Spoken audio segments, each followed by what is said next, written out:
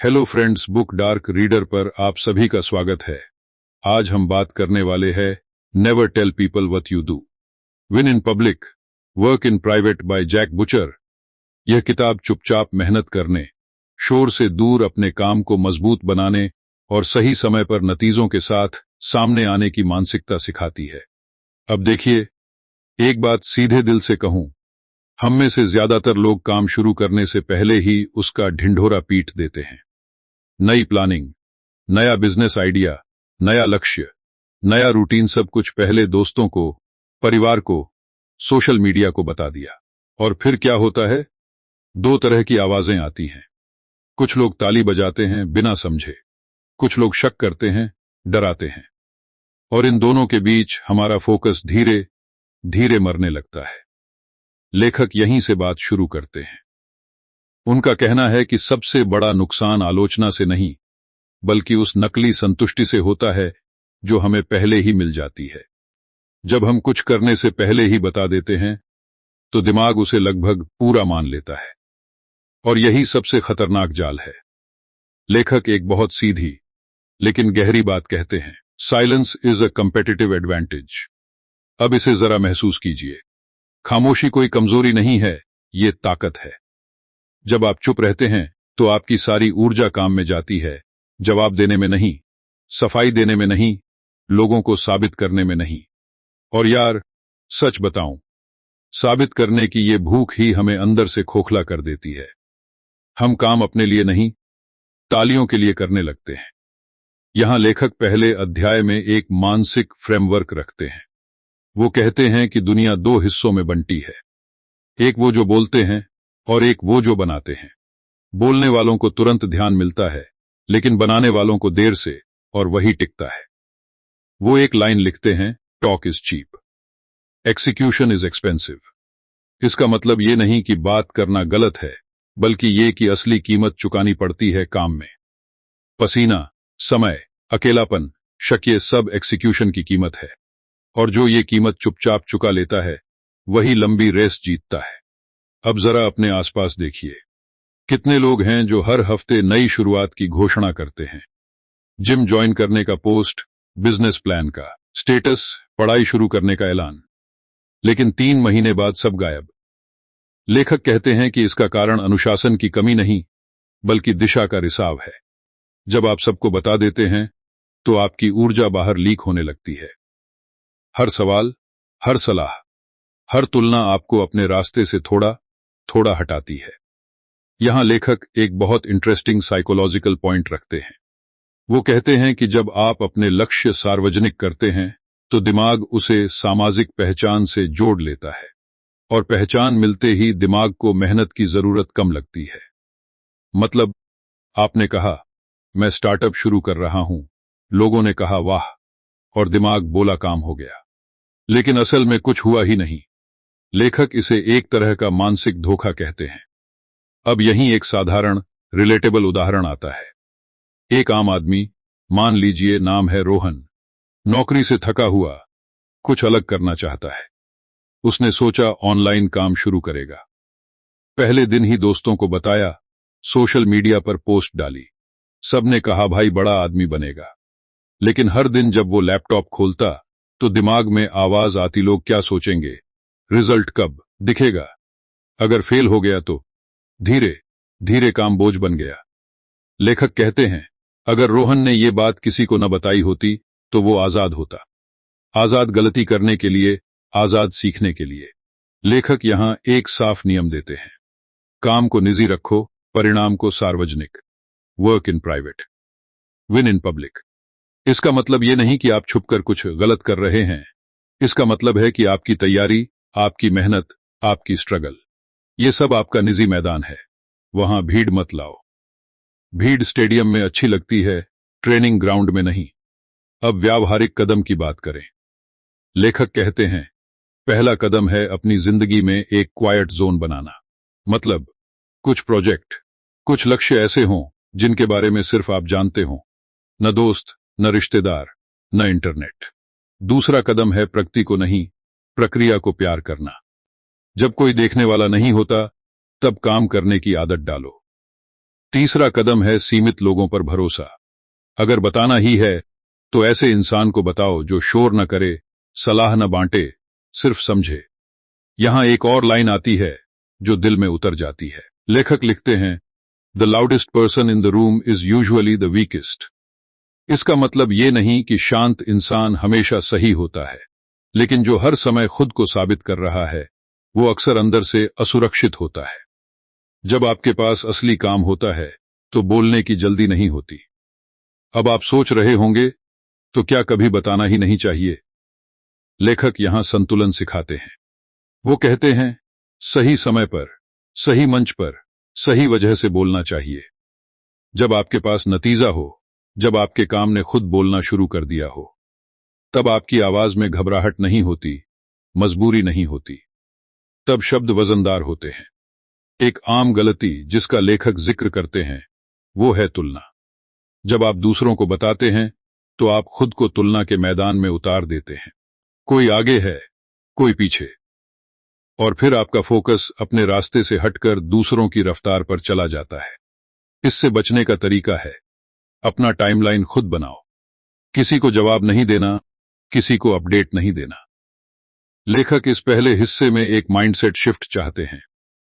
वो चाहते हैं कि आप पहचान से नहीं, क्षमता से जुड़े। आप ये न सोचें कि लोग आपको क्या कहेंगे, बल्कि ये सोचें कि आप चुपचाप क्या बन रहे हैं। क्योंकि जो आप बनते हैं वही अंत में दिखता है। शोर से नहीं, संरचना से। वादों से नहीं, सबूत से। अंत में इस पहले हिस्से का भाव थोड़ा सा कड़वा है, लेकिन सच्चा है। चुप रहना आसान नहीं होता। जब सब बोल रहे हों तब खामोशी अकेली कर देती है। शक आता है, डर आता है, लेकिन यही वो जगह है जहां असली काम होता है। यही वो जगह है जहां नींव डाली जाती है। और लेखक यहीं पर रुकते हैं, जैसे कह रहे हों, अब फैसला तुम्हारा है। या तो तुम भी बोलने वालों में रहोगे, या उन कुछ लोगों में जिनकी जीत खुद बोलती है। अगले हिस्से में यही खामोशी कैसे आदत बनती है और कैसे ये आपको अंदर से मजबूत करती है, वहीं से असली खेल शुरू होने वाला है। जब पहला झटका लगता है, जब आप तय कर लेते हो कि अब बिना बताए काम करूंगा, तब असली परेशानी शुरू होती है। क्योंकि बाहर की दुनिया तो शोर मचाती ही है, लेकिन उससे भी ज्यादा शोर अंदर होता है। लेखक इसी अंदरूनी शोर की बात से आगे बढ़ते हैं। वो कहते हैं कि चुप रहना सिर्फ लोगों से कुछ न कहना नहीं है, बल्कि खुद के दिमाग को भी हर समय सफाई देने से रोकना है। यार, ये सबसे मुश्किल काम है, क्योंकि हम खुद से ही रोज सवाल पूछते हैं, कुछ हो भी रहा है या नहीं, सही कर रहा हूं या नहीं, कहीं समय बर्बाद तो नहीं कर रहा। लेखक यहां एक बहुत गहरी बात रखते हैं। वो कहते हैं कि ज्यादातर लोग असफल इसलिए नहीं होते क्योंकि उनमें काबिलियत नहीं होती, बल्कि इसलिए होते हैं क्योंकि उन्हें तुरंत पुष्टि चाहिए। किसी का अच्छा कर रहे हो कहना, किसी का भविष्य उज्जवल है बोल देना, सब दिमाग के लिए नशे जैसा है। और जब ये नशा नहीं मिलता तो बेचैनी होती है। लेखक इसे वैलिडेशन एडिक्शन कहते हैं, और इस लत का इलाज है खामोशी में टिके रहना। वो एक लाइन लिखते हैं, if you can't work without applause, you'll quit without it. इसे जरा धीरे से समझिए। अगर आप सिर्फ तालियों के लिए काम कर रहे हो तो जब ताली बंद होगी, काम भी बंद हो जाएगा। इसलिए लेखक कहते हैं कि आपको अपने काम के साथ एक निजी रिश्ता बनाना होगा। ऐसा रिश्ता जहां कोई देखने वाला न हो, कोई आंकने वाला न हो, बस आप और आपका काम। अब यहां वो एक फ्रेमवर्क देते हैं जिसे वो प्राइवेट एफर्ट लूप कहते हैं। इसमें 3 चीजें हैं। 1, रोज का छोटा काम। 2, बिना दिखावे की निरंतरता।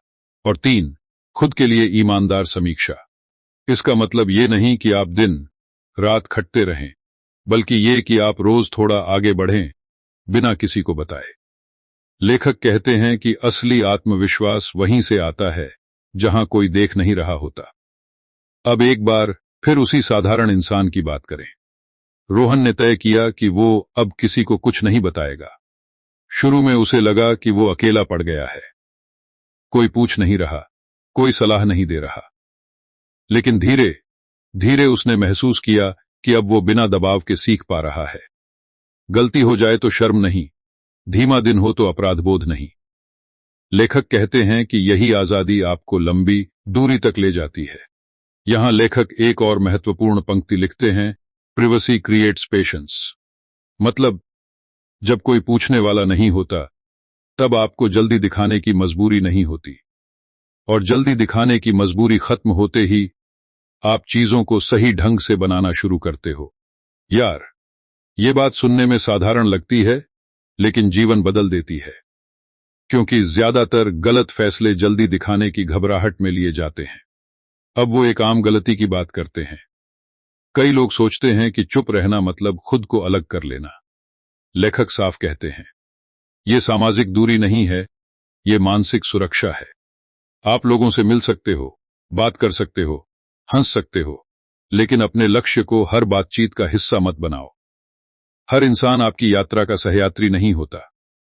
यहां लेखक एक लाइन और डालते हैं जो थोड़ी चुभती है, most advice is disguised ego. इसका मतलब ये नहीं कि हर सलाह बुरी है, बल्कि ये कि ज्यादातर सलाह देने वाले अपने डर, अपनी सीमाएं आपके ऊपर डाल रहे होते हैं। जब आप चुप रहते हो, तो आप इस अनचाहे बोझ से बचे रहते हो। अब व्यावहारिक स्तर पर लेखक कुछ आदतें सुझाते हैं। पहला, प्रोग्रेस जर्नल। रोज अपने लिए लिखो, क्या किया, क्या सीखा, कहां अटके। किसी को दिखाने के लिए नहीं, खुद को समझने के लिए। दूसरा, डिलेड शेयरिंग। अगर मन करे बताने का, तो खुद से कहो 30 दिन बाद देखेंगे। अक्सर 30 दिन बाद बताने की इच्छा खुद ही खत्म हो जाती है। तीसरा, आउटपुट फोकस। खुद से पूछो, आज मैंने क्या बनाया, क्या सुधारा, क्या पूरा किया। लेखक यहां एक और महत्वपूर्ण मानसिक बदलाव की बात करते हैं। वो कहते हैं कि जब आप चुपचाप काम करते हो, तो आपकी पहचान आपके प्रयास से नहीं, आपकी क्षमता से बनती है। आप ये नहीं सोचते कि लोग क्या देखेंगे, आप ये सोचते हो कि मैं बेहतर कैसे बनूं। और यही सोच धीरे धीरे आपको मजबूत बनाती है। अब आप सोच रहे होंगे, लेकिन डर का क्या? लेखक इस डर को नकारते नहीं हैं। वो कहते हैं कि डर रहेगा, शक रहेगा, लेकिन फर्क इतना होगा कि अब ये डर सार्वजनिक नहीं होगा। आप किसी को साबित नहीं कर रहे, इसलिए डर भी निजी रहेगा। और निजी डर को संभालना आसान होता है। आप उससे बात कर सकते हो, उसे समझ सकते हो। वो एक और पंक्ति लिखते हैं, your work needs protection before it needs praise. मतलब, शुरुआती दौर में आपके काम को तारीफ से ज्यादा सुरक्षा चाहिए, गलत नजरों से, गलत सलाहों से, और सबसे ज्यादा आपकी खुद की अधीरता से। चुप रहना उसी सुरक्षा का तरीका है। इस दूसरे हिस्से का सार यही है कि खामोशी सिर्फ बाहरी नहीं, अंदरूनी अभ्यास है। ये आपको धीरे करता है, लेकिन गहरा बनाता है। ये आपको अकेला महसूस कराता है, लेकिन मजबूत भी करता है। और जब आप इस आदत में ढलने लगते हो, तब आपको पहली बार महसूस होता है कि आप बिना शोर के भी आगे बढ़ सकते हो। यहीं से अगला सवाल उठता है, जब आप चुपचाप बन रहे होते हो, तब दुनिया में जीत आखिर दिखती कैसे है? उसी मोड़ पर लेखक कहानी को रोकते हैं, जैसे कह रहे हों, अब तैयारी पूरी हो रही है, अब मंच दूर नहीं। अब कहानी उस मोड़ पर आती है जहां सवाल बदल जाता है। पहले सवाल था, लोग क्या कहेंगे? फिर सवाल बना, मैं चुप रह पाऊंगा या नहीं? और अब जो सवाल उभरता है, वो और गहरा है। अगर मैं चुपचाप काम कर रहा हूं, तो जीत आखिर पहचान में कैसे आएगी? लेखक यहीं से तीसरे हिस्से की शुरुआत करते हैं। वो कहते हैं, जीत कभी शोर मचाकर नहीं आती, वो धीरे धीरे सबूत बनकर उभरती है। और जब सबूत बोलता है, तब शब्द अपने आप पीछे हट जाते हैं। लेखक एक सीधी लेकिन बहुत सटीक बात लिखते हैं, results are louder than announcements. इसका मतलब समझना जरूरी है। घोषणा एक पल का ध्यान लेती है, लेकिन परिणाम लंबे समय तक भरोसा बनाते हैं। जब आप कुछ हासिल करते हो, तब किसी को समझाने की जरूरत नहीं पड़ती। लोग खुद पूछते हैं, ये कैसे किया? और यहीं से सार्वजनिक जीत की असली शुरुआत होती है। यहां लेखक एक फ्रेमवर्क देते हैं, जिसे वो पब्लिक प्रूफ प्रिंसिपल कहते हैं। इसका मतलब है कि जब आप बाहर आते हो, तो खाली हाथ नहीं, सबूत के साथ आते हो। कोई आंकड़ा, कोई प्रोजेक्ट, कोई बदलाव, कोई ठोस चीज। लोग कहानियों से प्रेरित होते हैं, लेकिन भरोसा सबूत से करते हैं। इसलिए लेखक कहते हैं कि जब तक आपके पास दिखाने के लिए कुछ ठोस न हो, तब तक दिखने की जल्दी मत करो। अब यहीं वो एक बहुत आम गलती की बात करते हैं। लोग सोचते हैं कि जीत का मतलब है शोर, पोस्ट, इंटरव्यू, सेल्फ प्रमोशन। लेखक इसे उल्टा बताते हैं। वो कहते हैं कि असली जीत शांत होती है। वो दिखावा नहीं करती, वो बस मौजूद होती है। एक लाइन आती है, let your work introduce you, यानी अपने काम को आगे भेजो, खुद पीछे रहो। अब उसी साधारण इंसान रोहन को आगे बढ़ाते हैं।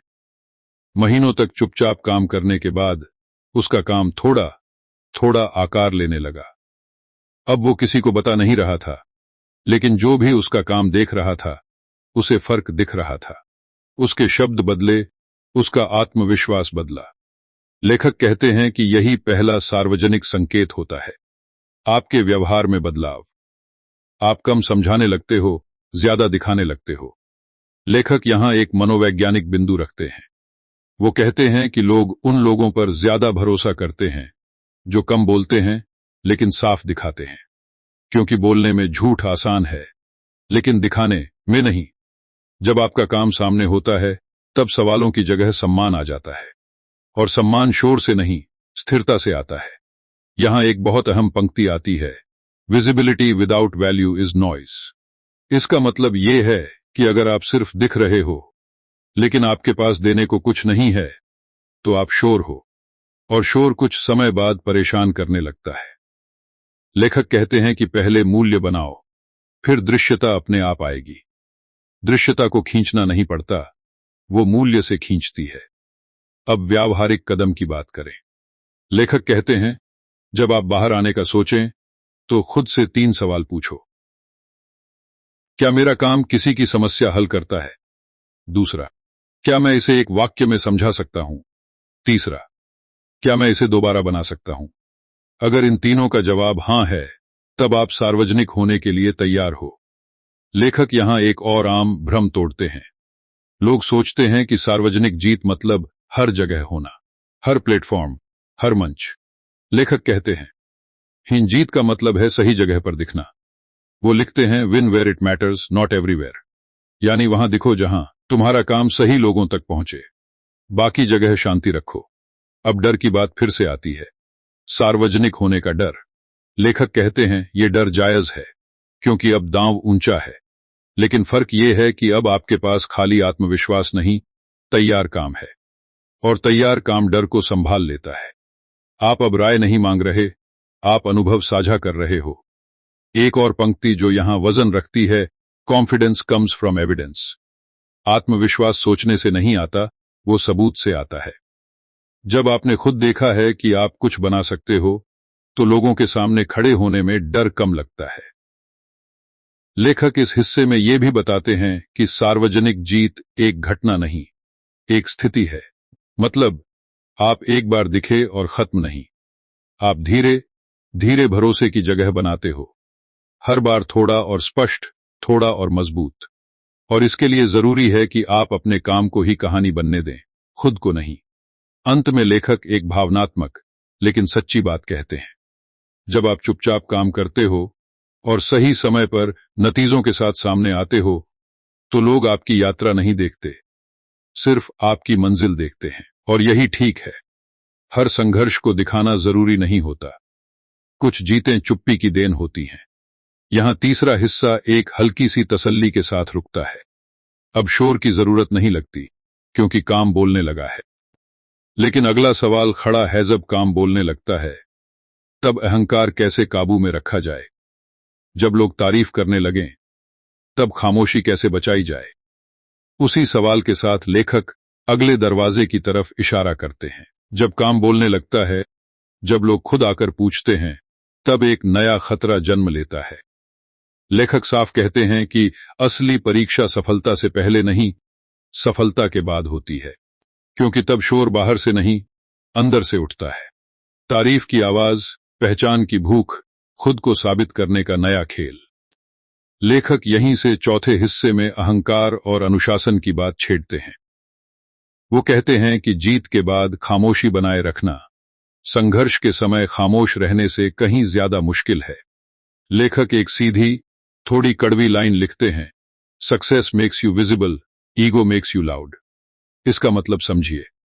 सफलता आपको दिखाती है, लेकिन अहंकार आपको चिल्लाने पर मजबूर करता है। जब आप जीतने लगते हो, तब हर बात बताने का मन करता है।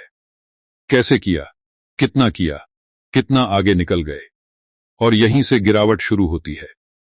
अब वो एक बहुत मानवीय बात बताते हैं। हम में से ज्यादातर लोग पहले नजरअंदाज किए गए होते हैं। जब पहचान मिलती है, तो लगता है अब सबको दिखा दें। लेखक कहते हैं, ये भावना गलत नहीं है, लेकिन खतरनाक है। क्योंकि जैसे ही आप जीत को अपनी पहचान बना लेते हो, आप सीखना बंद कर देते हो, और सीखना बंद होते ही जीत रुक जाती है। यहां एक बहुत महत्वपूर्ण पंक्ति आती है, the moment you start defending your status, you stop improving. जैसे ही आप अपनी जगह बचाने लगते हो, आप आगे बढ़ना छोड़ देते हो। अब आपका ध्यान काम पर नहीं, छवि पर होता है, और छवि को बचाने में ऊर्जा लगती है, जो पहले काम में लगती थी। लेखक यहां एक फ्रेमवर्क रखते हैं, बिगिनर्स पॉस्ट्यूर।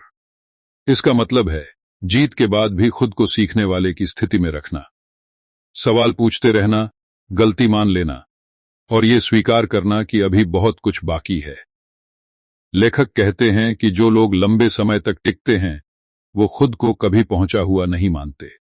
अब उसी रोहन की बात करें। उसका काम पहचान पाने लगा, लोग तारीफ करने लगे, कुछ लोग सलाह मांगने लगे, कुछ लोग इंटरव्यू की बात करने लगे। शुरू में उसे अच्छा लगा, लेकिन धीरे धीरे उसने महसूस किया कि वो अब ज्यादा बोल रहा है, कम कर रहा है। लेखक कहते हैं कि यही वो पल है जहां आपको खुद को रोकना होता है। लेखक यहां एक बहुत सटीक सलाह देते हैं, क्रेडिट डिफ्लेक्शन। जब तारीफ मिले, तो उसे काम की प्रक्रिया की तरफ मोड़ दो, खुद को केंद्र मत बनाओ। वो एक लाइन लिखते हैं, talk about the work, not the win. जीत के बारे में नहीं, काम के बारे में बात करो।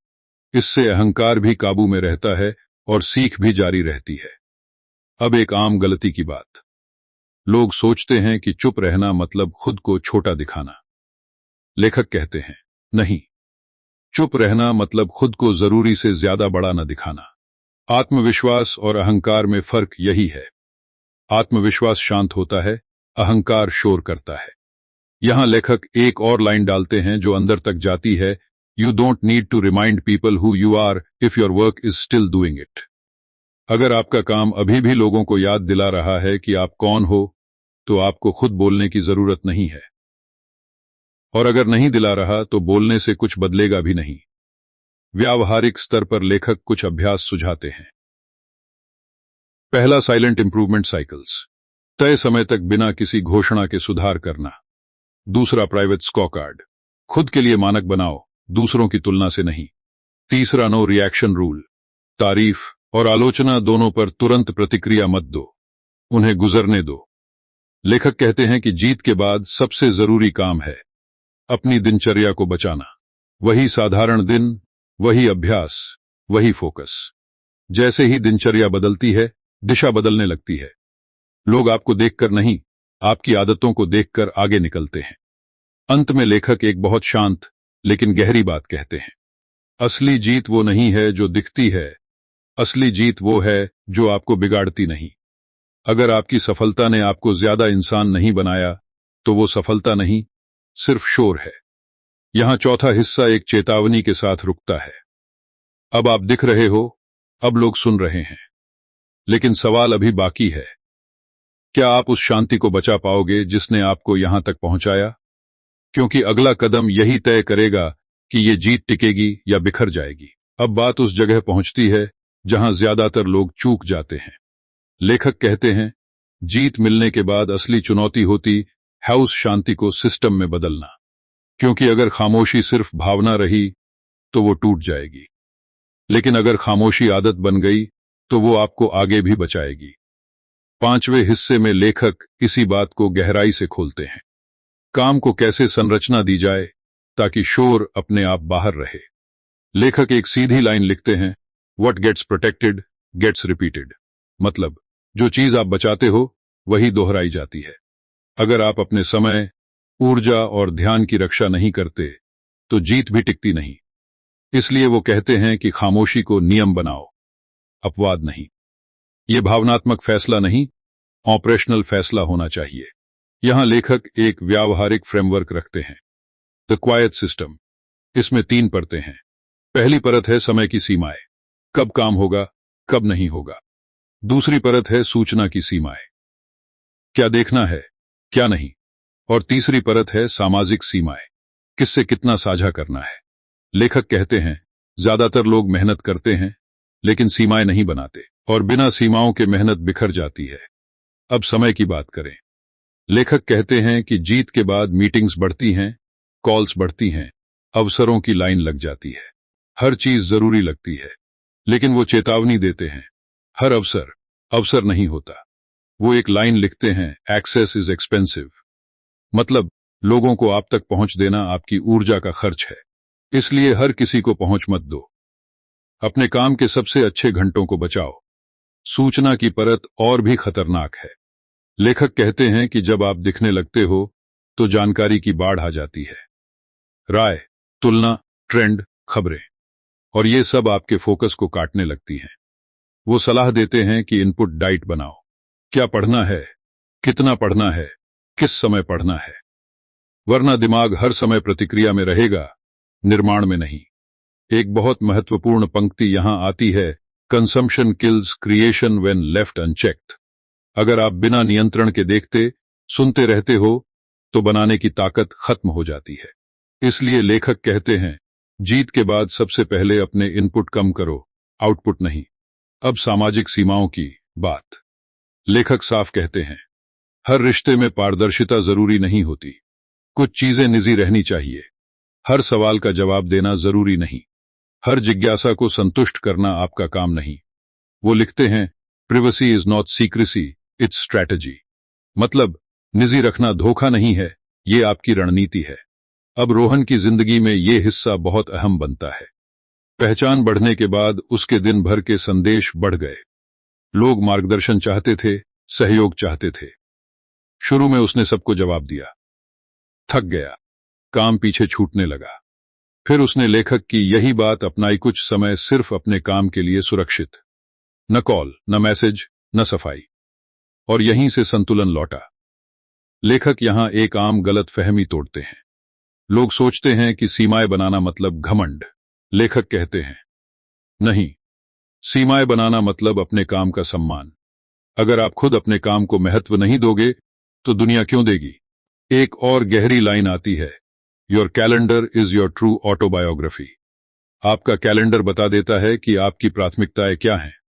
आप क्या बोलते हो, उससे नहीं, आप क्या करते हो, उससे आपकी सच्चाई दिखती है। लेखक कहते हैं, जीत के बाद अपने कैलेंडर को और सख्त बनाओ, ढीला नहीं। अब वो अभ्यास की बात करते हैं। पहला अभ्यास, वीकली साइलेंस ब्लॉक। हफ्ते में कुछ घंटे का जहां कोई साझा नहीं, कोई प्रतिक्रिया नहीं। दूसरा, डिसीजन फिल्टर। हर नए अवसर से पहले खुद से पूछो, क्या ये मेरे मुख्य काम को आगे बढ़ाता है? अगर नहीं तो साफ इनकार। तीसरा, एंड ऑफ डे शटडाउन। दिन खत्म होने का एक स्पष्ट नियम, ताकि दिमाग को पता रहे कब रुकना है। लेखक यहां भावनात्मक स्तर पर भी बात करते हैं। वो कहते हैं कि शांति बचाने में अपराध बोध आता है। लगता है कि लोग बुरा मानेंगे, लेकिन याद रखो, असली नुकसान तब होता है जब आप खुद से दूर हो जाते हो। सबको खुश करने की कोशिश में अपना काम खो देना सबसे महंगी गलती है। एक और लाइन जो यहां ठहराती है, यू कैन बी एक्सेसिबल और इफेक्टिव, रियली बोथ। आप हर समय उपलब्ध नहीं रह सकते और गहरा काम भी नहीं कर सकते। किसी एक को चुनना पड़ता है। लेखक साफ है, अगर आप जीत को टिकाना चाहते हो तो प्रभावशीलता चुनो। पांचवें हिस्से का सार यही है कि खामोशी अब भावना नहीं, ढांचा बन चुकी है।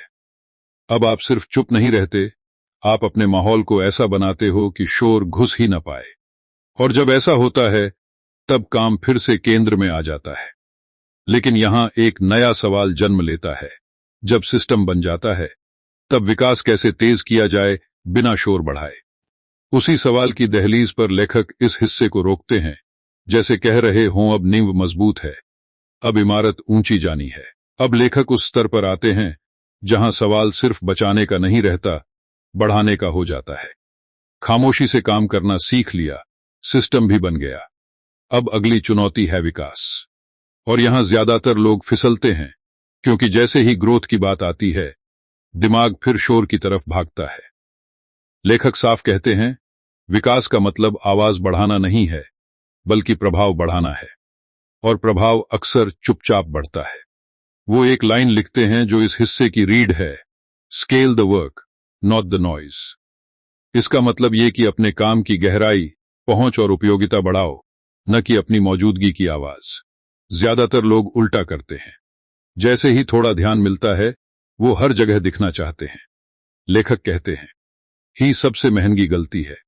यहां वो एक बहुत व्यावहारिक अवधारणा लाते हैं, लीवरेज। लेकिन इसे भारी शब्दों में नहीं, जमीन पर उतारकर लीवरेज का मतलब है ऐसा काम करना जो आपके बिना भी काम करे। ऐसा सिस्टम, ऐसा प्रोडक्ट, ऐसा ज्ञान जो बार बार दोहराया जा सके। लेखक कहते हैं कि खामोशी में किया गया काम अक्सर ज्यादा लीवरेज बनाता है, क्योंकि वो सोच समझकर बनाया गया होता है। एक लाइन आती है, if it needs you to shout, it's probably weak. अगर किसी चीज को बेचने या चलाने के लिए आपको चिल्लाना पड़ रहा है, तो शायद वो खुद में मजबूत नहीं है। मजबूत काम को प्रचार की नहीं, निरंतरता की जरूरत होती है। अब लेखक विकास के 3 रास्ते बताते हैं, बिना सूची बनाए, लेकिन भाव में साफ।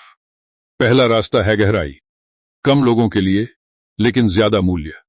दूसरा रास्ता है पुनरावृत्ति, एक अच्छी चीज को बेहतर बनाना, न कि हर बार नई शुरुआत। तीसरा रास्ता है स्थानांतरण, अपने काम को ऐसे रूप में ढालना कि वो अलग संदर्भ में भी काम आए। रोहन की कहानी यहां एक मोड़ लेती है। पहले वो सब कुछ खुद कर रहा था। अब उसने देखा कि उसका काम लोगों को मदद कर रहा है, बिना उसके समझाने के। उसने चीजों को दस्तावेज करना शुरू किया, प्रक्रियाएं लिखीं, ताकि काम उसके बिना भी आगे बढ़ सके। लेखक कहते हैं कि यही असली स्केलिंग है, जब आप केंद्र से हटने लगते हो। यहां एक बहुत गहरी लाइन आती है, the goal is to be needed less, not more. सुनने में अजीब लगती है, लेकिन सच यही है। अगर हर चीज आपके ऊपर निर्भर है, तो आप फंसे हुए हो। विकास का मतलब है आपका काम चल रहा है, आप नहीं। लेखक यहां एक आम डर की बात करते हैं। लोगों को लगता है कि अगर वो पीछे हटे तो पहचान खो जाएगी। लेखक कहते हैं, नहीं, अगर पहचान सिर्फ आपकी मौजूदगी पर टिकी है, तो वो पहचान नहीं, आदत है। असली पहचान तब बनती है जब लोग आपके बिना भी आपके काम की बात करते हैं। अब व्यावहारिक अभ्यास की बात। लेखक कहते हैं, हर हफ्ते खुद से एक सवाल पूछो, आज मैंने क्या ऐसा बनाया जो मेरे बिना भी काम करेगा? कोई डॉक्यूमेंट, कोई सिस्टम, कोई टेम्पलेट, कोई विचार। ये छोटे कदम धीरे धीरे बड़ा असर बनाते हैं। एक और महत्वपूर्ण पंक्ति यहां आती है, repeat what works, remove what doesn't. ज्यादातर लोग नएपन के पीछे भागते हैं।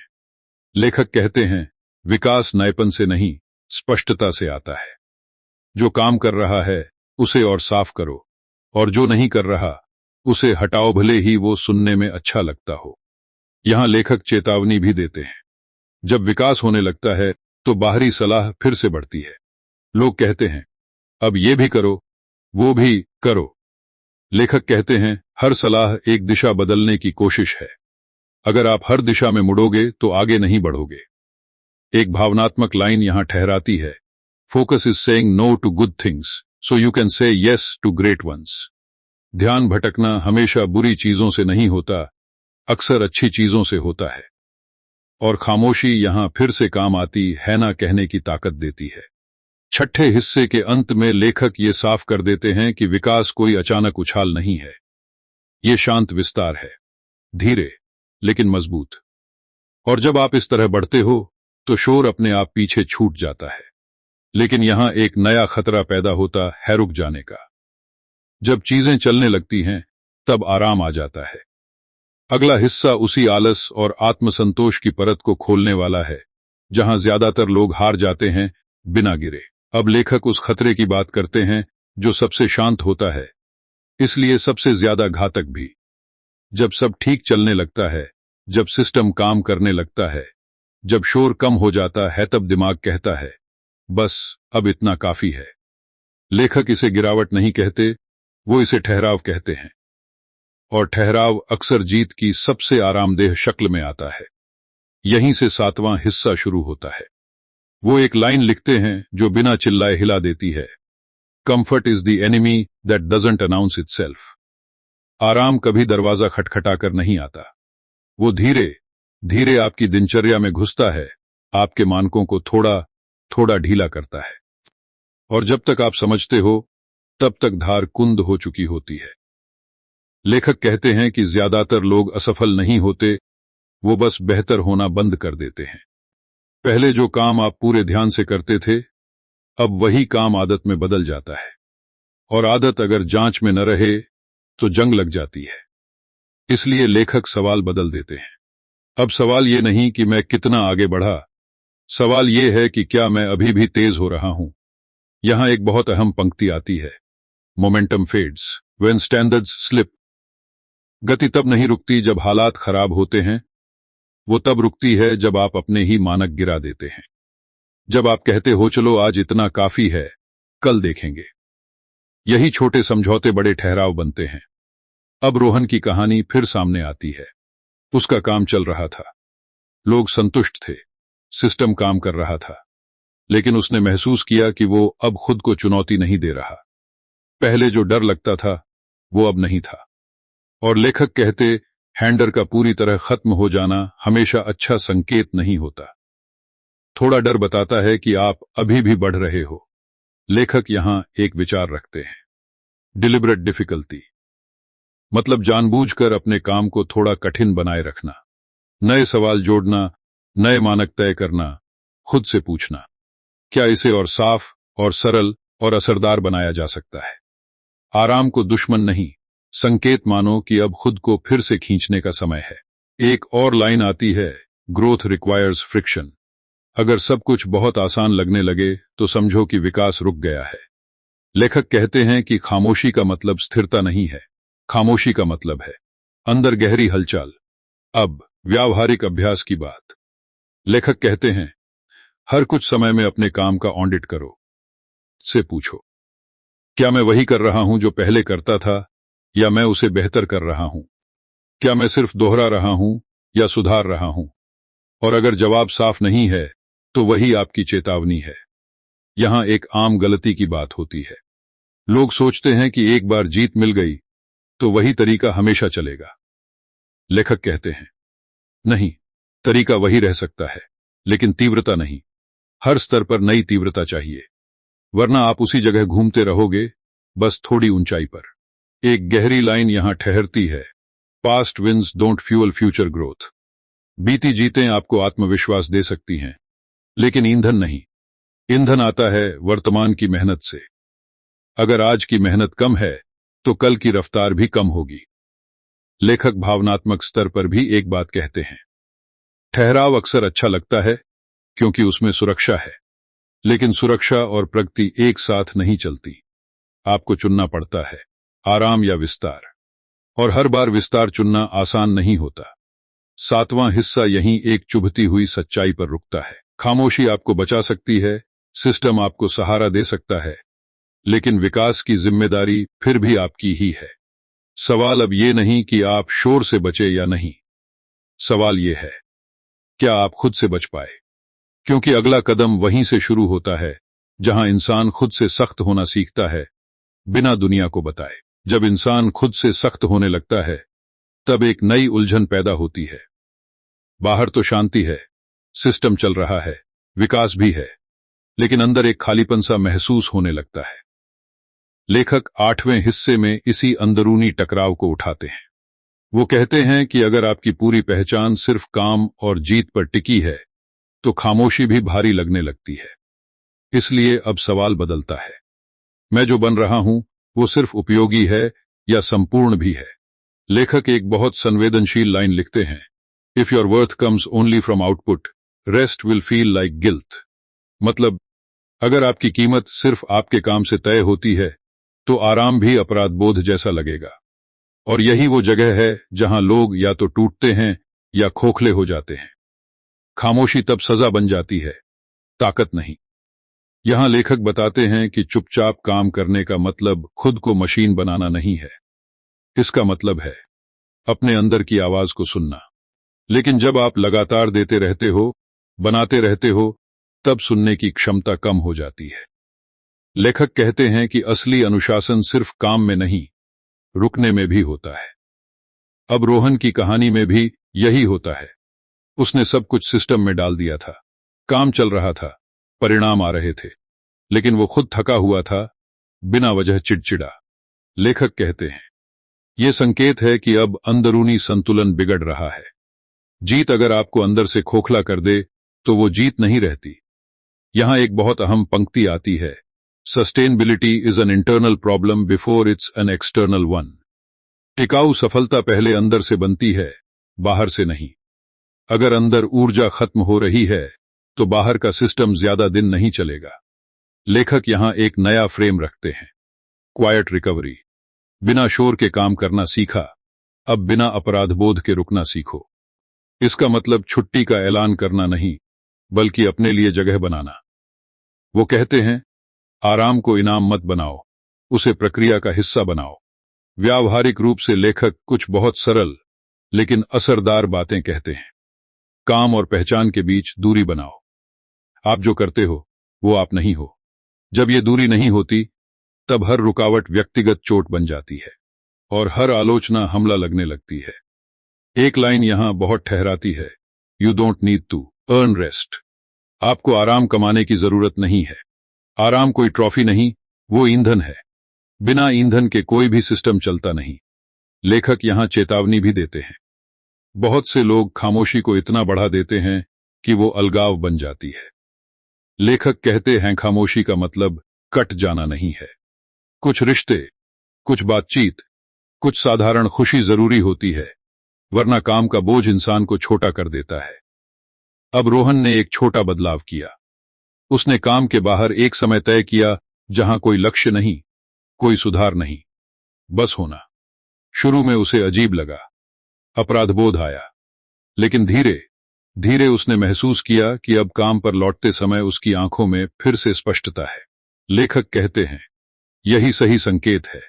एक और गहरी लाइन आती है, clarity comes after rest not before. स्पष्टता आराम के बाद आती है, उससे पहले नहीं। अगर आप थके दिमाग से निर्णय ले रहे हो तो आप शोर से अलग नहीं, बस थके हुए हो। आठवां हिस्सा यहीं एक नरम लेकिन जरूरी मोड़ पर रुकता है।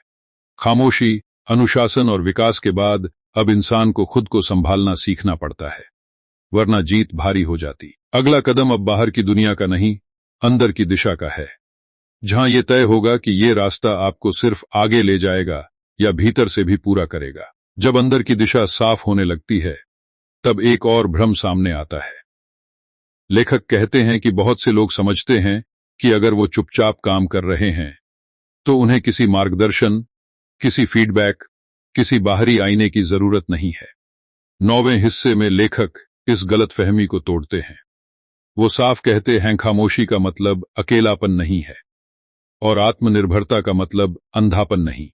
वो एक बहुत सटीक लाइन लिखते हैं, silence without reflection becomes isolation. अगर आप चुप तो हो लेकिन खुद को देख नहीं रहे तो आप धीरे धीरे कट जाते हो, और कटाव आपको मजबूत नहीं, सीमित बनाता है।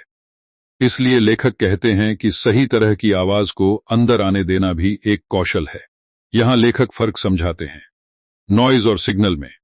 शोर वो है जो हर तरफ से आता है बिना संदर्भ के। संकेत वो है जो सही समय पर सही जगह से आता है। खामोशी का उद्देश्य सारे संकेत बंद करना नहीं, बल्कि शोर को बाहर रखना है, और यही संतुलन सीखना पड़ता है। अब रोहन की कहानी यहां एक अहम मोड़ लेती है। उसने चुपचाप काम किया, सिस्टम बनाया, आराम भी सीखा, लेकिन अब उसे महसूस हुआ कि कुछ चीजें बार बार अटक रही हैं। वो अकेले घुमा रहा था पर दिशा नहीं बदल पा रहा था। लेखक कहते हैं ही वो समय है जब सीमित, चुना हुआ फीडबैक जरूरी होता है। लेखक एक लाइन लिखते हैं, one clear mirror is worth more than 1,000 opinions. एक साफ आईना 1000 राय से बेहतर होता है। मतलब एक ऐसा इंसान जो आपके काम को समझता हो और आपको खुश करने के बजाय सच कहे। लेखक इसे प्राइवेट काउंसल कहते हैं, 2 या 3 लोग, बस, ज्यादा नहीं। अब एक आम गलती की बात आती है। लोग या तो सबको सब बता देते हैं या किसी को कुछ नहीं बताते। लेखक कहते हैं दोनों ही गलत हैं। पहला आपको भटका देता है, दूसरा आपको अंधा बना देता है। बीच का रास्ता ही सही है। यहां एक और पंक्ति आती है जो अंदर तक जाती है। Feedback should sharpen you, not soothe you. Feedback का काम आपको अच्छा महसूस कराना नहीं, बेहतर बनाना है। अगर हर बातचीत के बाद आप सिर्फ राहत महसूस कर रहे हो तो शायद सच नहीं मिल रहा। व्यावहारिक रूप से लेखक कुछ नियम बताते हैं। फीडबैक हमेशा काम पर हो, व्यक्ति पर नहीं। समय सीमित हो, खुला नहीं। और सबसे जरूरी आप ही तय करो कि क्या अपनाना है, क्या नहीं। फीडबैक आदेश नहीं होता, वो जानकारी होती है। अब रोहन ने यही किया। उसने दो ऐसे लोगों को चुना जो उसकी यात्रा से भावनात्मक रूप से नहीं, पेशेवर रूप से जुड़े थे। उनसे उसने साफ सवाल पूछे। क्या साफ नहीं है? क्या कमजोर है? क्या दोहराया जा सकता है? शुरुआत में जवाब भारी लगे, लेकिन कुछ समय बाद काम साफ होने लगा। लेखक यहां एक बहुत जरूरी चेतावनी देते हैं। जैसे जैसे आप बेहतर होते हो, लोग आपको नरम सच्चाई देने लगते हैं, क्योंकि कोई भी मजबूत इंसान को दुखी नहीं करना चाहता। लेकिन लेखक कहते हैं अगर आप सिर्फ नरम सच्चाई सुनते हो तो आप नरम हो जाते हो। एक और लाइन आती है, truth has no obligation to be kind. सच का काम अच्छा लगना नहीं, सही होना है। और अगर आप खामोशी में काम कर रहे हो तो आपको इस तरह के सच की जरूरत और भी ज्यादा होती है। 9वां हिस्सा यहीं एक संतुलित बिंदु पर रुकता है। अब शोर बाहर है, संकेत अंदर आ रहे हैं। आप न तो भीड़ में हो, न अकेले जंगल में। लेकिन अब एक आखिरी चुनौती सामने आने लगती है। जब आप लगातार बेहतर होते हो, तब दुनिया आपको लेबल करने लगती है, आपको किसी एक पहचान में बांधने लगती है। अगला हिस्सा वहीं से शुरू होगा, जहां इंसान को खुद को परिभाषाओं से बचाना पड़ता है, बिना लड़ाई किए। जब दुनिया आपको देखने लगती है, समझने लगती है, तब वो आपको बांधना भी चाहती है। लेखक 10वें हिस्से में इसी जाल की बात करते हैं। लोग आपको एक लेबल दे देते हैं। आप यही हो, आप यही करते हो, आप ऐसे ही हो। शुरू में ये पहचान अच्छी लगती है, क्योंकि इसमें स्वीकृति है। लेकिन लेखक कहते हैं यही पहचान धीरे धीरे पिंजरा बन जाती है। वो एक बहुत सीधी लाइन लिखते हैं, labels make you legible, then they make you limited. Label आपको समझने लायक बनाते हैं, लेकिन फिर आपको सीमित कर देते हैं। क्योंकि जैसे ही आपने किसी एक पहचान को पकड़ लिया, आप उसी को निभाने लगते हो, भले ही अंदर आप बदल रहे हो। यहां लेखक एक गहरी बात कहते हैं। चुपचाप काम करने वाले लोग सबसे ज्यादा इस खतरे में होते हैं, क्योंकि जब वो दिखते हैं तो लोग उन्हें किसी एक नतीजे से जोड़ देते हैं, और फिर हर अगली चीज उसी पुराने नतीजे से तौली जाती है। लेखक कहते हैं यही वो जगह है जहां बहुत से लोग खुद को दोहराने लगते हैं। अब रोहन की कहानी यहां फिर से सामने आती है। लोग उसे एक खास तरह के काम के लिए जानने लगे थे। हर नया सवाल उसी दिशा में आता था, और धीरे धीरे उसे लगने लगा कि अगर वो कुछ नया करे तो लोग कहेंगे तो उसका काम नहीं है। लेखक कहते हैं यही लेबल का असर है। आप खुद से ज्यादा दूसरों की उम्मीदों से डरने लगते हो। एक बहुत मजबूत पंक्ति यहां आती है, When you protect an identity, you sacrifice evolution। जब आप अपनी पहचान बचाने लगते हो, तब आप अपने विकास की कुर्बानी दे देते हो। क्योंकि विकास का मतलब है बदलना, और पहचान स्थिरता मांगती है। लेखक यहां एक नया माइंडसेट रखते हैं, आउटपुट ओवर आइडेंटिटी।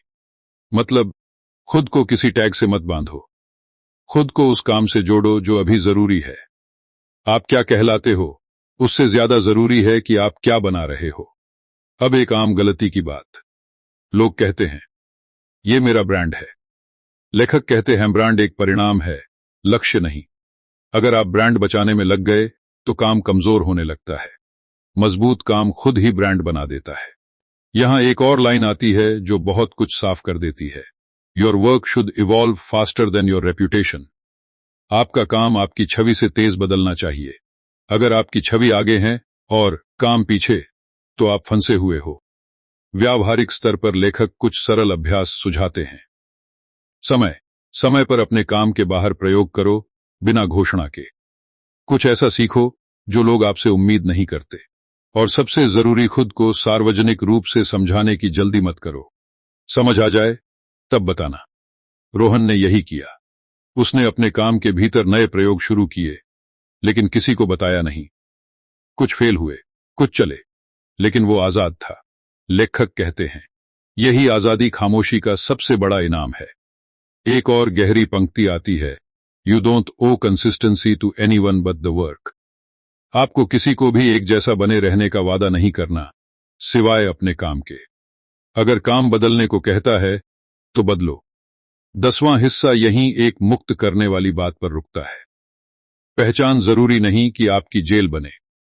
अगर आप चुपचाप काम करते रहे तो आप बदल भी सकते हो, बढ़ भी सकते हो, बिना सफाई दिए। लेकिन अब एक और सवाल खड़ा है, जब आप बदलते हो तब दूसरों को पीछे छोड़ने का अपराधबोध कैसे संभालोगे? अगला हिस्सा वहीं से शुरू होता है, जहां अकेलापन फिर से दस्तक देता है, इस बार नई शक्ल में। जब आप बदलते हो, आगे बढ़ते हो, तब एक अजीब सा बोझ दिल पर आ बैठता है। लेखक 11वें हिस्से में इसी बोझ की बात करते हैं। पीछे छूटते रिश्ते, बदलती दूरी और वो अपराधबोध जो बिना गलती के भी महसूस होता है। क्योंकि सच ये है कि हर विकास एक दूरी पैदा करता है, और इस दूरी को स्वीकार करना सबसे कठिन कामों में से एक है। लेखक एक बहुत ईमानदार लाइन लिखते हैं, growth creates gaps, not because you are better but because you are different.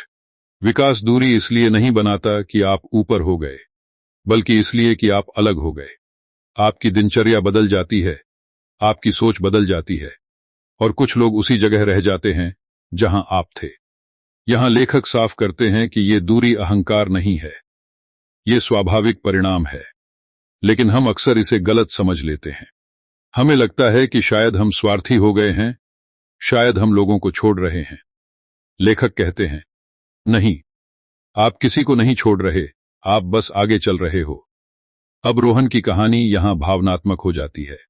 कुछ पुराने दोस्त अब उसे पहले जैसा नहीं बुलाते। बातचीत कम हो गई। कुछ ने मजाक में कहा, अब तो बहुत बिजी हो गया है। ये बात अंदर तक चुभी। लेखक कहते हैं, ही वो पल है जहां लोग या तो खुद को छोटा कर लेते हैं या खुद को समझ लेते हैं। एक बहुत गहरी पंक्ति यहां आती है, shrinking to stay connected is a quiet form of self betrayal. जुड़े रहने के लिए खुद को छोटा करना खुद से गद्दारी है। ये लाइन सुनने में सख्त है, लेकिन सच्ची है। अगर आप बार बार अपने विकास को रोकते हो ताकि कोई बुरा न माने, तो आप धीरे धीरे खुद को खो देते हो। लेखक यहां संतुलन की बात करते हैं। वो कहते हैं, सहानुभूति रखो, लेकिन दिशा मत खो। आप पुराने रिश्तों का सम्मान कर सकते हो, बिना उसी जगह लौटे। हर रिश्ता हर दौर के लिए नहीं होता, और ये बात मान लेना दर्दनाक है, लेकिन जरूरी। एक और पंक्ति आती है, not everyone who started with you is meant to finish with you. जो लोग शुरुआत में थे, जरूरी नहीं कि अंत तक साथ हों। इसका मतलब ये नहीं कि वो बुरे थे, बस उनका रास्ता अलग था। व्यावहारिक स्तर पर लेखक सलाह देते हैं कि अपराधबोध को निर्णय मत बनाने दो। भावना आएगी, लेकिन दिशा वही रहे। अपनी सीमाएं साफ रखो।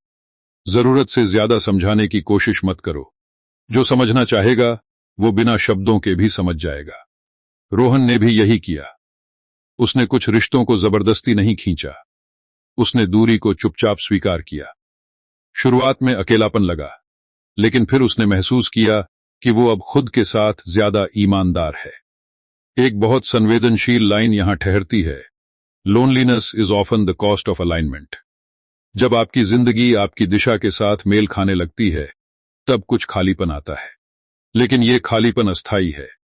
इसमें जगह बनती है नए विचारों के लिए, नए लोगों के लिए और खुद के लिए। लेखक अंत में एक सुकून देने वाली बात कहते हैं, आप किसी को छोड़ नहीं रहे, आप बस खुद को चुन रहे हो। और खुद को चुनना कभी भी क्रूरता नहीं होती।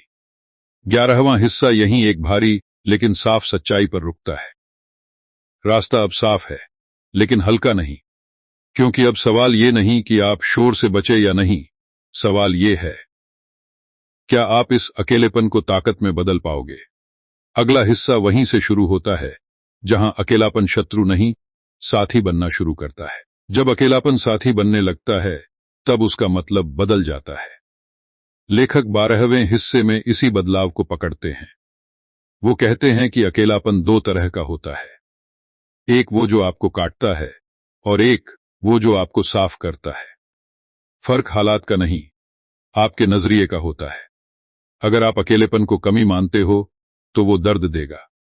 अगर आप उसे जगह मानते हो तो वही जगह आपकी सबसे बड़ी ताकत बन जाती है।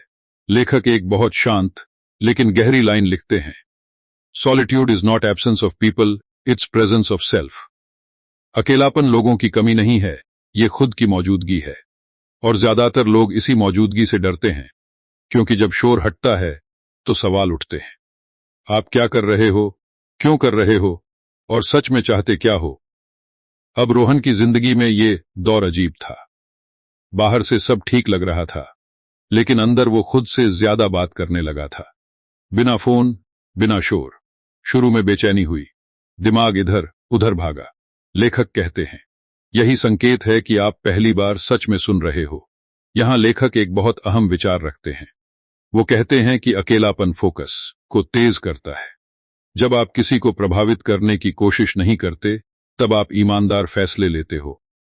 आपको किसी को साबित नहीं करना, इसलिए आप खुद से झूठ नहीं बोलते। एक लाइन आती है, क्लैरिटी प्रिफर्स क्वाइट। स्पष्टता शांति में आती है, बहस में नहीं। जब आप अकेले होते हो तब आप अपने काम को बिना तुलना के देख पाते हो। क्या ये सच में जरूरी है? क्या ये मेरे मूल से मेल खाता है? ऐसे सवाल भीड़ में दब जाते हैं। लेखक यहां एक आम डर की बात करते हैं। लोगों को लगता है कि अकेले रहने से वो पीछे छूट जाएंगे। लेखक कहते हैं, उल्टा होता है। ज्यादातर लोग इतने व्यस्त होते हैं कि सोच ही नहीं पाते। जो सोचने के लिए रुक जाता है वही आगे निकलता है। व्यावहारिक स्तर पर लेखक अकेलेपन को अभ्यास बनाने की बात करते हैं। जानबूझकर कुछ समय ऐसा रखो जहां कोई इनपुट न हो, न किताब, न वीडियो, न सलाह, सिर्फ कागज और दिमाग। शुरू में ये कठिन होगा, लेकिन यही वो जगह है जहां आपकी असली दिशा उभरती है। एक और गहरी पंक्ति आती है, originality is born in isolation. मौलिकता भीड़ में पैदा नहीं होती। जब आप सबकी सुनना बंद करते हो तब आपकी आवाज बनती है। लेखक कहते हैं कि चुपचाप काम करने वाले लोग अक्सर इसलिए अलग दिखते हैं क्योंकि उन्होंने सोचना खुद से सीखा होता है। रोहन ने इस दौरान अपने काम में कुछ चीजें हटाईं, कुछ चीजें जो चल रही थीं लेकिन जरूरी नहीं थीं। लेखक कहते हैं अकेलापन जोड़ता कम है, हटाता ज्यादा है, और यही उसकी ताकत है। जब गैर जरूरी हटता है तब जरूरी अपने आप चमकता है। यहां एक और पंक्ति आती है जो मन में रुक जाती है, you don't find your self, you remove what isn't you. आप खुद को ढूंढते नहीं, आप वो हटाते हो जो आप नहीं हो, और ये काम शोर में नहीं हो सकता। 12वां हिस्सा यहीं एक साफ लेकिन शांत एहसास पर रुकता है। अब अकेलापन डर नहीं लगता। अब वो एक जगह है जहां आप लौट सकते हो खुद को ठीक करने के लिए। लेकिन अब एक आखिरी चुनौती सामने आती है। जब आप इतने साफ हो जाते हो तब दुनिया फिर आपको खींचने आती है। अगला हिस्सा वहीं से शुरू होगा, जहां आपको तय करना होगा कि कितना वापस जाना है और कितना खुद के पास रहना है। जब आप भीतर से साफ होने लगते हो, जब अकेलापन डर नहीं बल्कि सहारा बन जाता है, तब दुनिया फिर से दरवाजा खटखटाती है। लेखक 13वें हिस्से में इसी पल की बात करते हैं। वो कहते हैं कि ये आमंत्रण हमेशा बुरा नहीं होता। कभी कभी ये सम्मान होता है, कभी अवसर। लेकिन असली खतरा यही है कि आप बिना सोचे हर बुलावे पर लौट जाए। लेखक एक बहुत सटीक लाइन लिखते हैं, just because you are invited doesn't mean you should attend. सिर्फ इसलिए कि बुलाया गया है, ये जरूरी नहीं कि आपको जाना ही चाहिए। हर मंच आपकी दिशा के लिए सही नहीं होता, और हर बातचीत आपके काम के लिए जरूरी नहीं होती। यहां लेखक एक अहम फर्क बताते हैं, कंट्रीब्यूशन और डिस्ट्रैक्शन का। अगर आपकी मौजूदगी किसी चीज में मूल्य जोड़ती है तो वो योगदान है। अगर वो आपको आपके काम से दूर ले जाती है तो वो भटकाव है। बाहर से दोनों एक जैसे दिखते हैं, लोग तारीफ, ध्यान, फर्क अंदर होता है। अब रोहन की कहानी यहां फिर उभरती है। उसे बोलने के मौके मिलने लगे, बातचीत, कॉल, आमंत्रण, कुछ अच्छे थे, कुछ बस दिखावे के। शुरुआत में वो उलझा।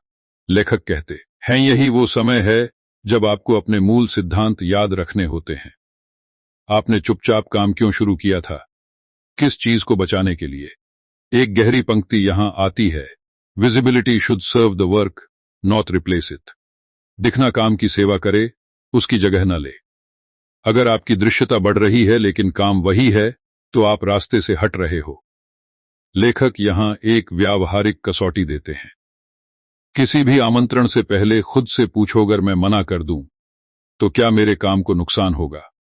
ज्यादातर बार जवाब होगा नहीं, और अगर जवाब नहीं है तो मना करना अपराध नहीं है। एक और पंक्ति आती है जो बहुत कुछ साफ कर देती है, सिलेक्टिव प्रेजेंस प्रिजर्व्स डेप्थ। सीमित मौजूदगी गहराई बचाती है। हर जगह रहकर आप व्यापक दिख सकते हो, लेकिन कहीं गहरे नहीं हो पाते। लेखक चेतावनी देते हैं कि दुनिया आपकी नई पहचान को फिर से परिभाषित करना चाहेगी। वो आपको रोल, टैग, फ्रेम में डालना चाहेगी। लेकिन आपने पहले ही सीखा है, पहचान से ज्यादा काम जरूरी है। इसलिए आप अपने काम को सामने रखो, खुद को नहीं। रोहन ने यही किया। उसने कुछ अवसर चुने, ज्यादातर छोड़े। शुरुआत में उसे डर लगा कहीं मौका हाथ से न निकल जाए। लेकिन लेखक कहते हैं असली मौके वही होते हैं जो बिना जल्दबाजी के भी टिके रहते हैं। यहां एक और गहरी लाइन आती है, urgency is often a test of boundaries. जल्दी का दबाव अक्सर आपकी सीमाएं परखने का तरीका होता है। जो सच में जरूरी होगा वो इंतजार भी करेगा। 13वां हिस्सा यहीं एक शांत लेकिन मजबूत निर्णय पर रुकता है। अब आप बाहर जा सकते हो, वापस भी आ सकते हो, लेकिन अपने नियमों पर। खामोशी अब मजबूरी नहीं, चुनाव है। और जब खामोशी चुनाव बन जाती है, तब इंसान अगली और आखिरी सीढ़ी के लिए तैयार होता है, जहां जीत का मतलब बदल जाता है। जब खामोशी मजबूरी नहीं रहती बल्कि चुनाव बन जाती है, तब जीत का मतलब सच में बदलने लगता है। लेखक 14वें हिस्से में इसी बदलाव को पकड़ते हैं। अब जीत तालियों में नहीं नापी जाती, अब वो अंदर की स्थिरता से मापी जाती है। बाहर से देखने पर शायद कुछ खास न बदला हो, लेकिन अंदर बहुत कुछ शांत हो चुका होता है। और लेखक कहते हैं यही सबसे दुर्लभ स्थिति है। वो एक बहुत गहरी लाइन लिखते हैं, the highest form of success is being unbothered. सबसे ऊंची सफलता ये नहीं कि लोग आपके बारे में क्या कह रहे हैं, बल्कि ये है कि वो बातें आपको हिलाती नहीं हैं। जब न तारीफ आपको ऊपर उठाती है, न आलोचना आपको नीचे गिराती है, तब आप सच में आजाद होते हो। लेखक बताते हैं कि इस स्तर पर इंसान की लड़ाई बाहर से नहीं, अंदर से खत्म हो जाती है। अब आपको खुद को साबित नहीं करना, अब आप किसी दौड़ में नहीं हो। और यही बात सबसे ज्यादा डराती भी है, क्योंकि पूरी जिंदगी हमें सिखाया जाता है कि दौड़ते रहो, आगे निकलो, दिखाओ। लेकिन लेखक कहते हैं कि कभी जीत रुक जाने में होती है। अब रोहन की कहानी यहां लगभग शांत हो जाती है। उसके दिन साधारण हैं, कोई बड़ा ऐलान नहीं, कोई हड़बड़ी नहीं, लेकिन उसका काम साफ है, उसका मन हल्का है। लेखक कहते हैं यही संकेत है कि इंसान सही जगह पहुंच रहा है। जब जिंदगी में ड्रामा कम हो जाए और स्पष्टता ज्यादा। यहां एक और पंक्ति आती है जो भीतर उतरती है, peace is the dividend of quiet discipline. शांति कोई संयोग नहीं है, वो खामोश अनुशासन का फल है। सालों तक बिना शोर के काम करना, सीमाएं बनाना, खुद से ईमानदार रहना, ये सब मिलकर शांति देते हैं। लेखक इस हिस्से में एक अहम भ्रम तोड़ते हैं। लोग सोचते हैं कि शांत लोग महत्वाकांक्षी नहीं होते। लेखक कहते हैं उल्टा, शांत लोग अक्सर सबसे ज्यादा महत्वाकांक्षी होते हैं। बस उनकी महत्वाकांक्षा दिखावे की नहीं, गुणवत्ता की होती है।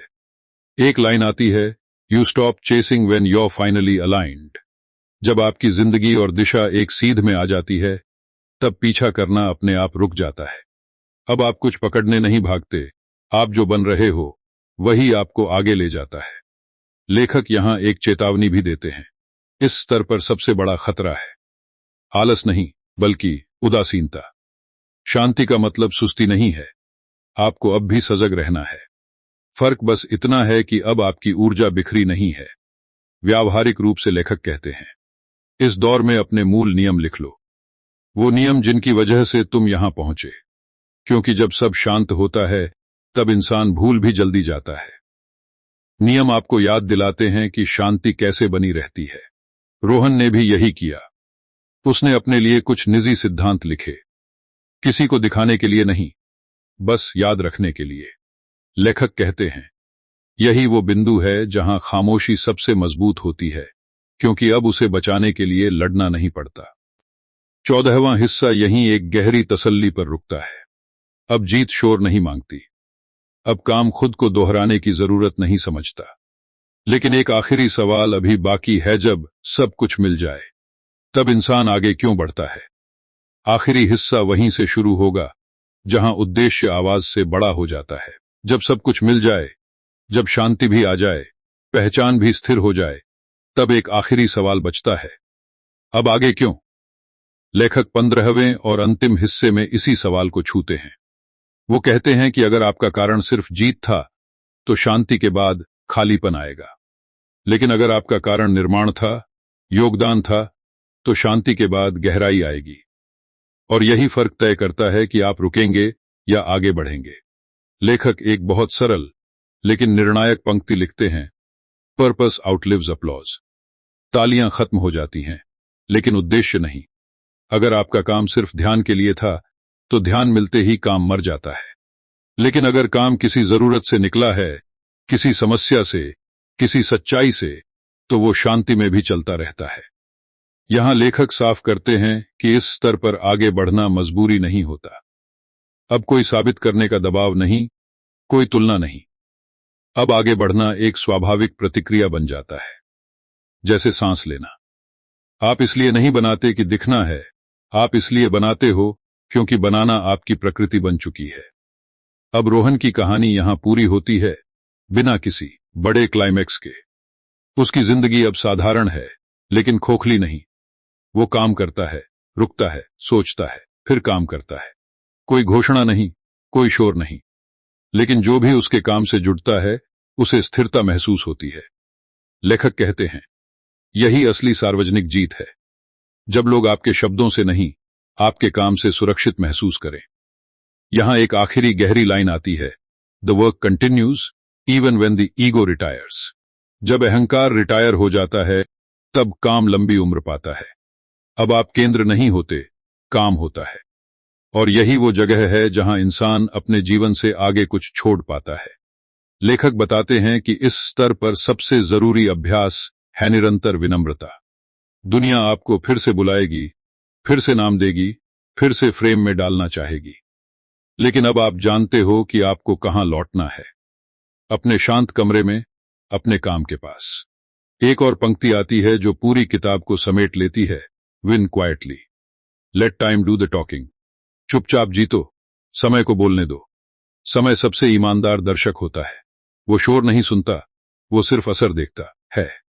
लेखक अंत में ये नहीं कहते कि आप हमेशा चुप रहो, वो कहते हैं, सही समय पर बोलो, लेकिन तैयारी हमेशा चुपचाप करो, क्योंकि जो कुछ भी टिकाऊ है वो दिखने से पहले बनता है, और जो सिर्फ दिखता है वो अक्सर जल्दी टूट जाता है। आखिरी भाव बहुत शांत है, कोई प्रेरक नारा नहीं, कोई ऊंची आवाज नहीं, बस एक साफ सच्चाई। आपको दुनिया को बताने की जरूरत नहीं कि आप क्या कर रहे हो। अगर आप सही कर रहे हो तो एक दिन दुनिया खुद देख लेगी, और अगर नहीं देखे तो भी ठीक है, क्योंकि तब तक आप वो बन चुके हो जो शोर से कहीं बड़ा होता है। यही किताब खत्म होती है, लेकिन एक विचार छोड़ जाती है, अगली बार जब मन करे कुछ बताने का, थोड़ा रुकना। अगली बार जब तालियों की कमी खले, थोड़ा और काम करना। क्योंकि असली जीत वो नहीं है जो सब सुने, असली जीत वो है जो आपको अंदर से स्थिर कर दे।